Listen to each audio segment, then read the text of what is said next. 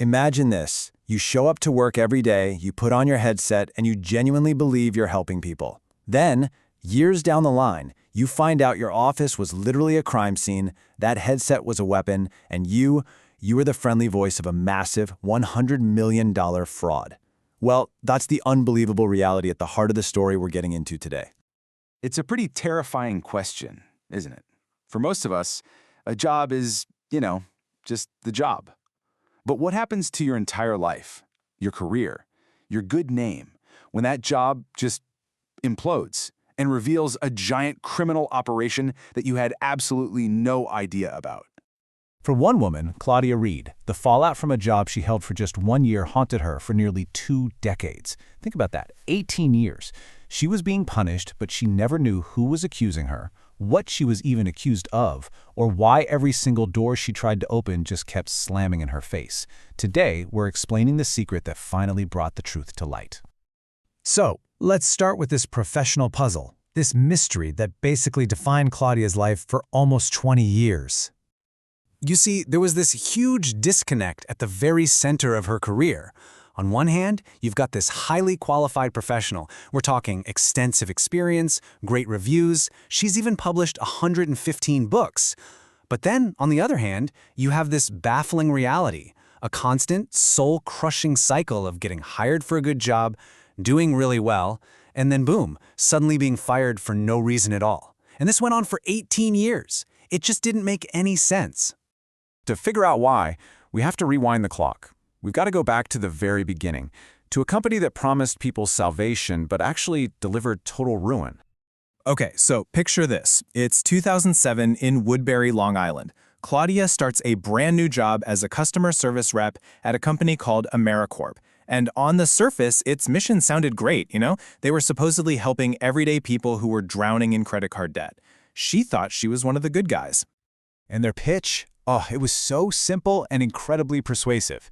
Hey, stop paying those big banks with their crazy interest rates. Trust us. Send your money to us instead, and we'll take care of everything. I mean, for thousands of families who were desperate, that sounded like an absolute lifeline. But behind that friendly voice on the phone, behind that reassuring promise, was a cold, calculated, and absolutely massive criminal operation. Let's just pause for a second and really look at this number. Over $100 million. That's the sheer scale of the money that was funneled through this company. Not to help people, not to pay off their debts, but to make its owners incredibly rich. So who was pulling the strings? Well, the key players were Timothy and Jeannie McCollin, the owners, along with their CFO, Vanessa Smith-Vinicombe. And they didn't do this out in the open. No, they used this whole complicated web of shell companies, fake law firms and other corporations, all designed for one purpose, to hide and launder all that stolen money. And here's the playbook, the brutal mechanics of how it all worked. Step 1, convince desperate clients to stop paying their credit cards and send you their money instead. Step 2, the second that money comes in, you immediately skim huge fees right off the top. And step 3 is the real kicker. You just don't pay the debts. The money just disappears, which of course leads to step 4. The clients, the very people who thought they were being saved, are now getting sued by their original creditors. They're left in total financial ruin, way worse off than before. So, in 2008, federal authorities finally caught on and shut the whole thing down. For the executives, it was the end of a very profitable scam. But for Claudia, it was just the beginning of a punishment she didn't even know she was serving. The amount of time this went on is just staggering. The company gets shut down in 2008, right? But for the next decade and a half at huge companies like Wells Fargo and FISRV, the same exact pattern just repeats itself. She gets hired, she gets praised for her work, and then she gets fired with zero explanation. An 18-year professional sentence for a crime she didn't commit. So how in the world could this keep happening? For 17 years, Claudia had no answer. And then, completely out of the blue, a letter arrived that would change everything. This right here is the turning point.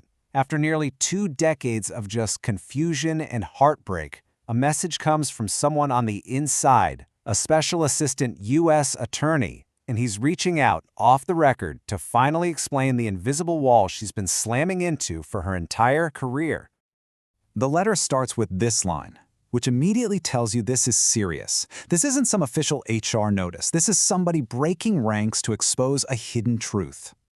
And there it is, the bombshell. No corporate jargon, no beating around the bush, just the plain, devastating truth. You were blackballed. The punishment started the very second she was no longer associated with AmeriCorp. So how did they pull this off without leaving a paper trail? Well, the mechanism was something called an informal alert. See, it wasn't an official do not hire list, because that would be illegal. It was more like a quiet, behind-the-scenes whisper campaign through HR departments that basically tagged anyone from AmeriCorp as being radioactive. And this final quote from the letter, it just perfectly sums up the profound injustice of it all. An entire industry passed a secret judgment on her. There was no trial, no hearing, no chance for her to even say, hey, I didn't know. Just being near a crime made her guilty in their eyes. So now, finally armed with the truth, Claudia's story completely transforms. She goes from being a victim to a whistleblower, and she starts demanding accountability from the very system that failed her so badly. The final outcomes here, well, they speak for themselves, and it's pretty unbelievable. The masterminds of the whole $100 million fraud, the McCallans, they're living large and free, enjoying their wealth. And Claudia Reid, the employee who didn't know a thing, she's the one who paid the price with an 18-year professional sentence. When she realized she couldn't get justice through the official system, she took matters into her own hands. Her book is her testimony, a first-hand account from inside the fraud, exposing all the tactics, the names, and the devastating human cost. It's her way of holding the guilty accountable when it seems like no one else will. And that really is the question that just hangs in the air after all this, isn't it? Claudia Reid's story isn't just about one crooked company or one unlucky employee. It's about a massive systemic failure where the people with power walked away scot-free and the powerless paid the ultimate price. It forces all of us to ask, if the official system fails, where does real justice actually come from?